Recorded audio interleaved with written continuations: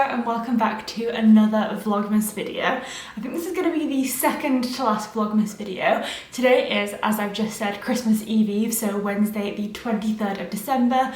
This Vlogmas video is going to include today the 23rd and also tomorrow, Christmas Eve, and then Christmas Day is going to be in its own vlog. So this is the penultimate Vlogmas video, which I'm kind of sad about because I have just loved sharing my excitement for Christmas with all of you guys, but also I'm kind of excited just because I'm so happy that Christmas is actually going to be here. And of course, as is the case with all of the Vlogmas vlogs, I'm going to kick it off with my tea advent calendar, and this is the second to last day of the tea advent calendar, and I'm kind of sad about that. I genuinely wish that I had like a 365 day long advent calendar that would give me a different tea every single day because it's just so much fun. Okay, day number 23. Let's see what we're having today. I can't hold it. I'm dropping it.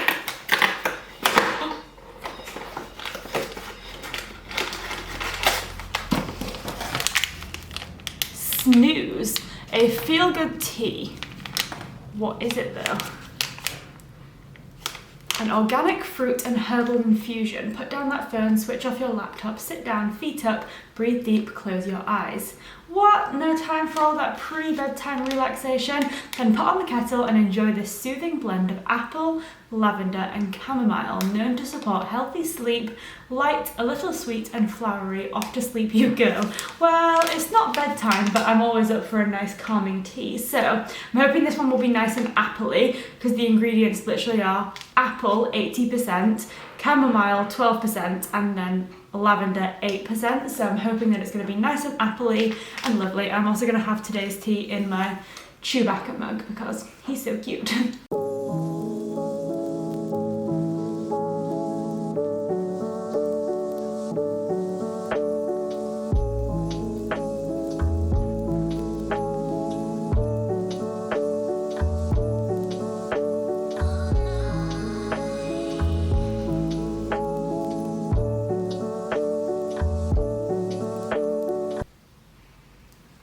This one does smell very much like a health food shop, like very herbally, and also kind of like, don't know if any of you guys have had those like stuffed toys that are filled with like oats and lavender that you put in the microwave and then they warm up. Kind of smells like that as well, which isn't a smell that I would usually try to drink, but there are some really big apple chunks in the tea bag. I don't know if you can like see, there's like really big pieces of apple, so I'm hoping that that comes across in the flavour. So give it a try. Oh, that's really hot. No. Not very apple-y. More savoury, really. Like it kind of tastes like very herby, which it is like a nice flavour, but it's just not very apple-y, and I thought that because apple was like 80% of the ingredients, it would be more apple-y.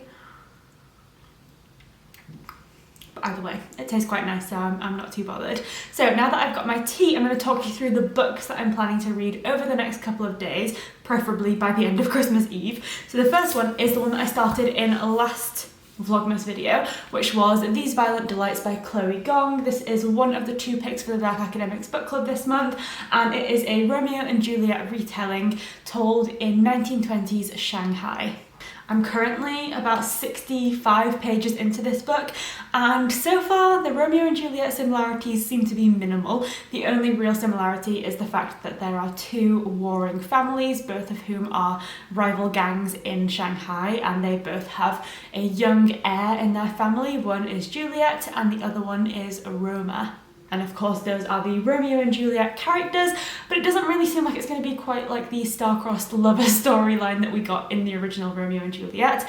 And there's also an added storyline that seems to be about some kind of paranormal monster-like thing that is basically causing people to cause harm to themselves, and it's kind of like a plague taking over the city. So I'm not enjoying it that much so far, but I've still got quite a bit left to go. So I'm just going to plod along and let you know what I think as I go. Then the other book I'm going to be reading, surprisingly, is the other pick for the Dark Academics book club, and that one is A Christmas Carol by Charles Dickens. This is a reread for me. I read this last December. I've read it many times before that, and it is a lovely book to return to every single Christmas. It's also super short, and I'm planning to read this one on Christmas Eve itself because that is when the story takes place, and it's just such a lovely classic festive story. So that's the plan for reading. Right now though, I actually do need to film some sit-down videos because I have a lot of end-of-year videos in store, things like favourites, reading plans for next year, all that kind of fun stuff, but I need to get myself into action because the year is almost over. So I'm going to film some sit-down videos and then probably do some reading later on.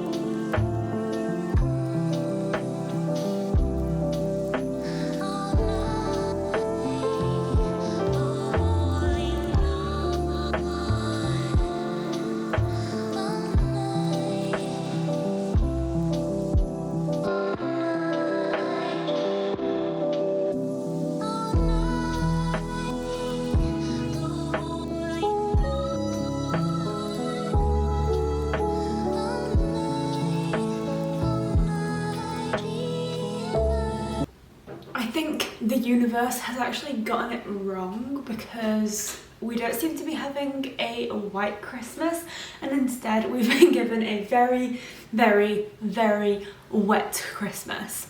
I think maybe the universe just misheard when I said I wanted a white Christmas, and instead they thought I said wet, and now it's raining, and it has been raining all day, and actually for the vast majority of the week it has been raining, and there's more rain forecast, so any hope of a snowy Christmas is well and truly gone.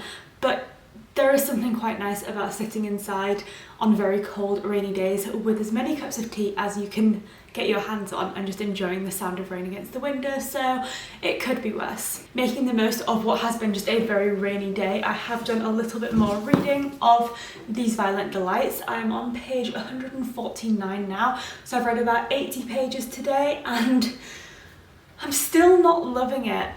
The reason being, this is kind of giving me Six of Crows vibes, which is another book that is very popular that I just didn't enjoy, mostly because Six of Crows is a book which kind of is obviously a heist book, but for the most part you're focusing on this like underground gang in quite like a densely populated and dark and mysterious city, and that's kind of what we've got here. We have this violent rivalry between these two gangs and lots of gang stuff going on, which is just something that isn't at all interesting to me. I'm not sure where this book really falls in terms of genre. There's obviously a retelling, but because of the madness that is sweeping the city, there's also an element of fantasy, and I feel like because of the setting, maybe it's more of an urban fantasy, and I feel like I'm not a massive fantasy reader anyway, but if I am to read fantasy, I prefer things that are like completely out of our world and more like Game of Thrones or Lord of the Rings or like Harry Potter, those types of things that are like completely transport you into another world, whereas this just feels like a dark and seedy exploration of something in our world with some fantasy thrown in, but it's just not my type of book and my type of setting. Obviously I'm still going to continue because it is a book club pick, but at this point, about a third of the way in, I'm still not loving it. I'm going to do a little bit more reading now, probably make another cup of tea because this one is nearly done. And then when Jay gets home from work, we're doing our Christmas food shop, which I'm so excited about because I love food shopping all the time, but Christmas food shopping is even more exciting. I've been picking up bits here and there at various shops throughout the week, but we're going to do our final shop today, and once we get back I will show you all of the amazing vegan food that I have bought to enjoy over the Christmas period. Well, there I was, just enjoying my 5th cup of tea of the day. I have a problem, I know I do. I am addicted to tea and I'm not going to do anything about it because tea is just so good. But I was enjoying my tea and I was also enjoying replying to some comments on YouTube. I love the comment section on my videos because you guys are all so incredible, so intelligent. You always have so many great thoughts on whatever the topic of the video is. And I just love chatting with you all and getting excited about things that we all share as passions. It's just such a wonderful time, and I absolutely love the fact that so many of you get involved in the comment section. Now, every once in a while though, there is 1 or 2 people who just like to come along and try and spoil the fun for everyone else. But honestly, I have to laugh at these people because they have what I describe as a big case of reader superiority syndrome, which is a terrible affliction that I just feel sorry for anyone that suffers with it. Because it really is just so terrible, because honestly they go about their lives thinking that simply by reading a certain genre or choosing a particular medium to read their books that they're better than other readers who choose to read other things. And I hate to tell them this, actually no, I love to tell them this, that's just simply not true. We're all here because we love books, we all here just to have a good time, chat about books and enjoy talking to people who share our passions, and no particular genre is better than another, no particular way of reading is better than another, no amount of reading is better than another.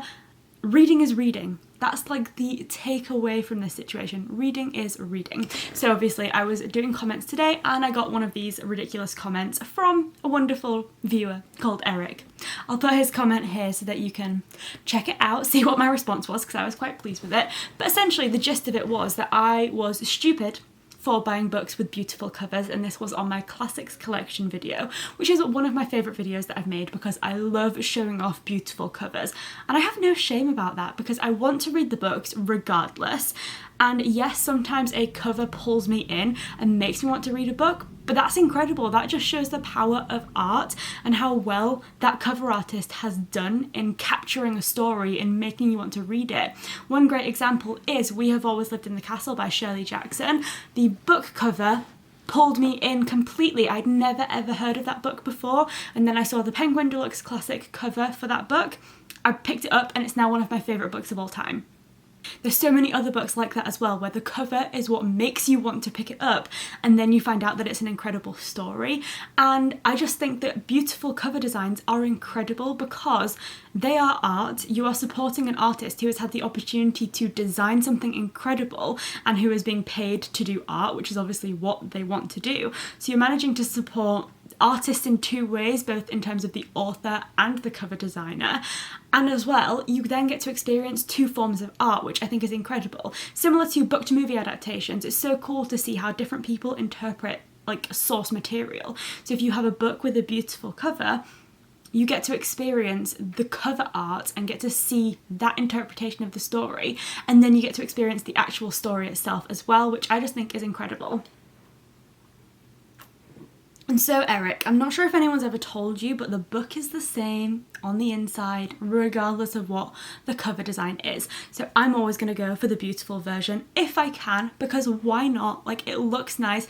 I like to create a beautiful book collection. I'm so excited for when Jay and I have our own house and we can really display all of our books beautifully and have this amazing collection that shows off all of this incredible art and basically just shows our passion for books and how excited we are to have a collection that looks beautiful. And I just don't understand, like, does Eric really think that he's more superior for buying plain books? Does he think that makes him more intelligent? Because I'm here to tell him that it does not. Eric, you are not more intelligent just because you like plain covers, and actually belittling people because they enjoy art isn't very intelligent at all when you think about it. So that's the tea today. I just feel like so many of you guys will agree with me, but it's just such a strange thing to try and tear someone down for enjoying something beautiful. I'm like, I like reading, I like beautiful things. Put the two together, you get beautiful books. I don't really see what the problem with that is. But Eric, you clearly have an issue with it, so that is fine. You can continue reading your plain cover books. Meanwhile, I'll start reading the beautiful ones, and we'll both be reading the same thing, so you definitely won't be more intelligent, but you will be more bitter and be leading a much sadder life, so there is that, but you know. Anyway, I'm only joking, guys. It is a stupid comment. I find it ridiculous, and I hate reader superiority. I hate negativity where there doesn't need to be any, and I just hate this concept of making people feel worse for their reading choices for no reason whatsoever. Like, we're all reading, which is incredible, and I feel like it doesn't affect me because I know that it's a stupid comment, but I just hate to think of the fact that someone in someone's real life or someone else's YouTube channel could be belittled for making a particular reading choice, and that could actually affect them and could make them not want to read those types of books anymore, or make them not want to talk about beautiful covers because they're worried that that makes them seem frivolous or less intelligent. And I'm here to tell you that that is absolutely not true. If you are reading, you are incredible, and if you like beautiful book covers, you're incredible as well. So keep being great, guys. I appreciate all of your lovely comments, and I know there's just literally like a minority of people who leave those silly comments, and honestly, I have to just laugh and also feel sorry for them because they're obviously living a very, very negative lifestyle.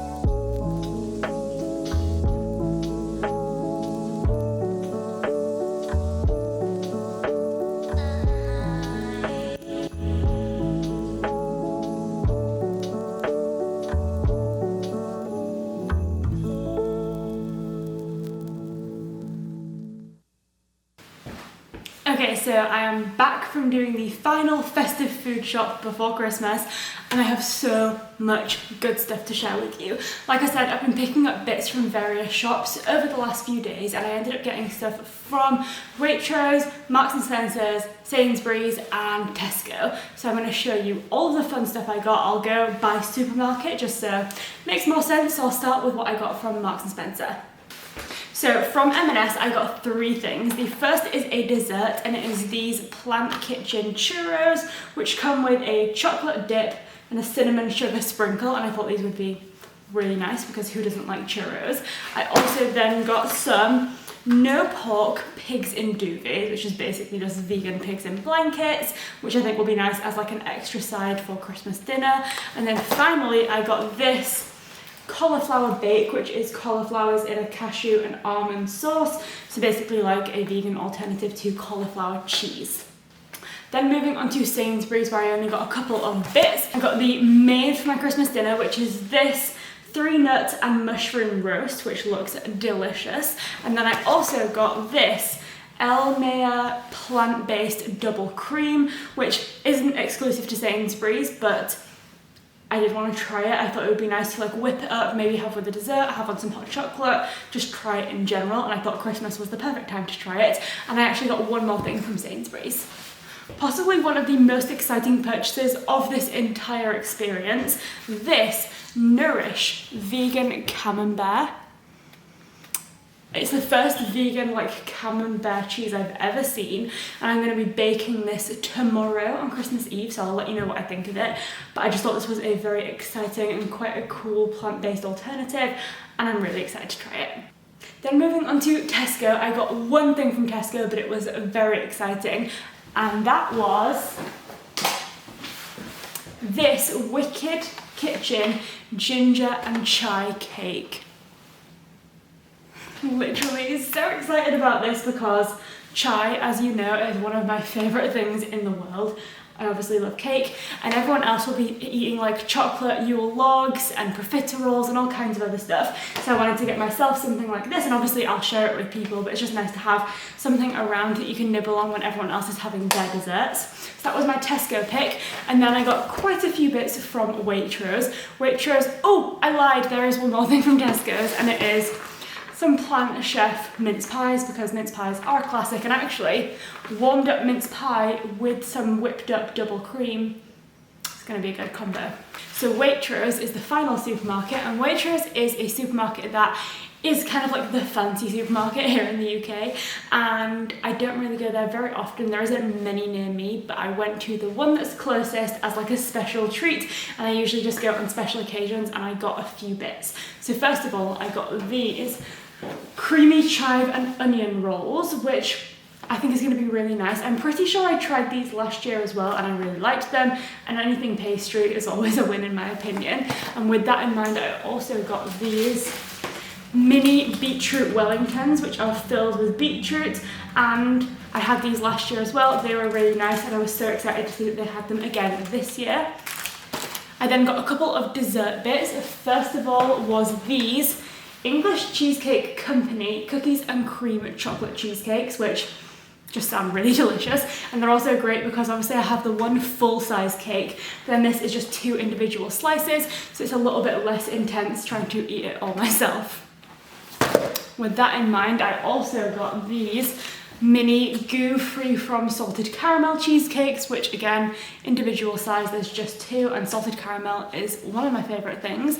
And the final thing that I got were these Willie's Cacao praline truffles, which are just dark chocolate truffles that seem to be accidentally vegan. So I'm not even going to be able to hold all of it, but I have got quite a selection of delicious vegan foods, so much great stuff to eat over the festive period, and I hope this shows that it's literally so easy to find vegan stuff for Christmas. I managed to go to all of the supermarkets and they all had such a range, so I'm really excited to try all of these things. Some of these things I'll be trying tomorrow on Christmas Eve, and then other things I'll be trying on Christmas Day, but I will give you a little review and taste test of all of the things that I've mentioned so that you know if they're worth buying and just my thoughts. So I'm going to put all of this away now, which is obviously the worst part of shopping.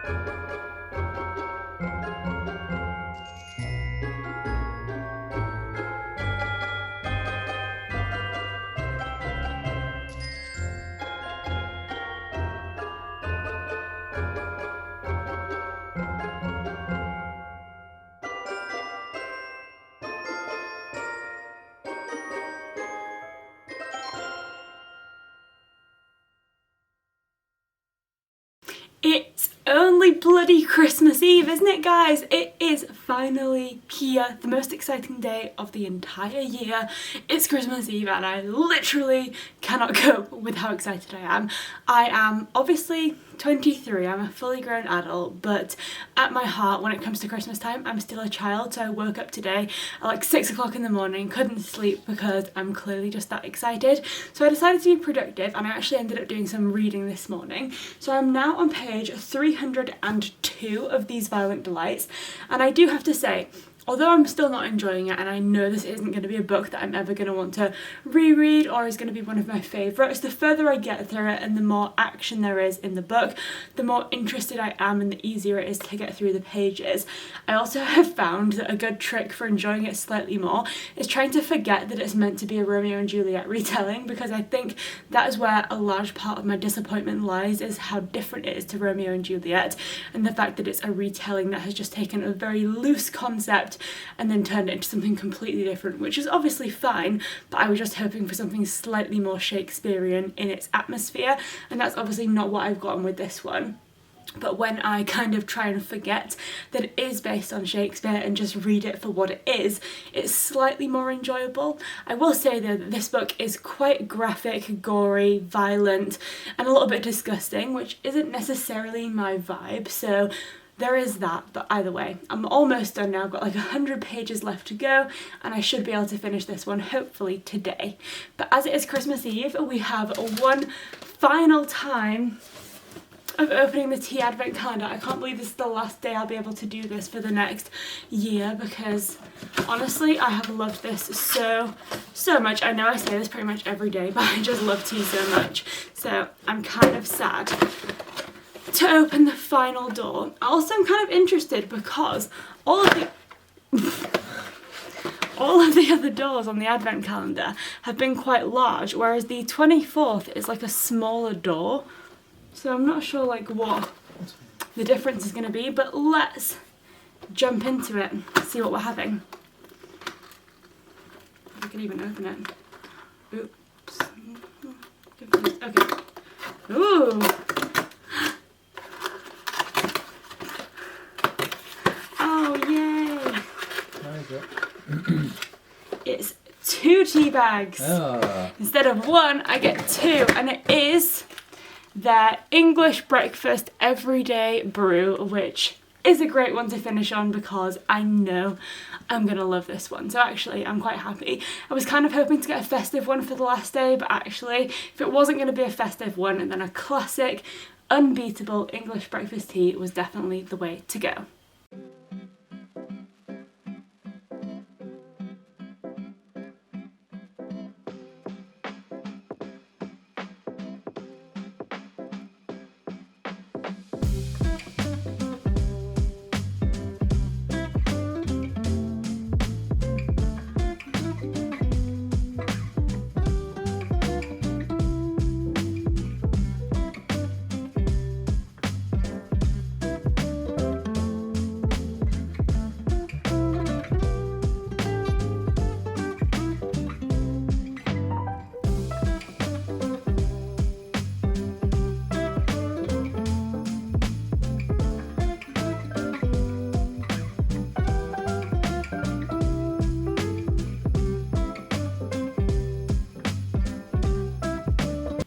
So, English breakfast tea has been brewed. I'm sure I'm gonna like it, but we can't not do a taste test because it's the final one. So let's see what this tastes like. Delightful. After all of these days, I still have to say that my top 3 teas are English breakfast tea, Earl Grey and chai. Just in general, I just love those flavours so much. And they just make me so happy. So this is my English breakfast tea. Gonna enjoy this. And then get ready. We're moving from one hot drink straight to the next because Jay and I are gonna head out to Cafe Nero, I think, and get ourselves a final festive hot drink. And then I think we're gonna move all of the presents under the Christmas tree, not the drinks, because that doesn't make any sense.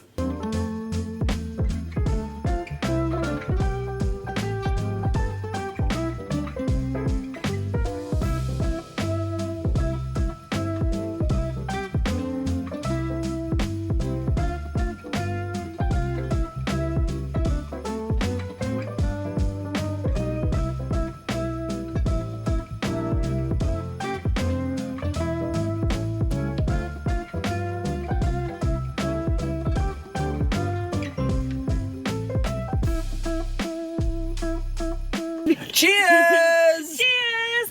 Okay, we have our festive hot drinks. I've gone for a gingerbread oat milk hot chocolate from Cafe Nero. I've got a gingerbread latte from my favourite coffee house, Cafe Nero. I've been to a few coffee houses, coffee houses this Christmas, and my number 1 is Cafe Nero. You've took the top spot at Cafe Nero, and you've got my star of approval.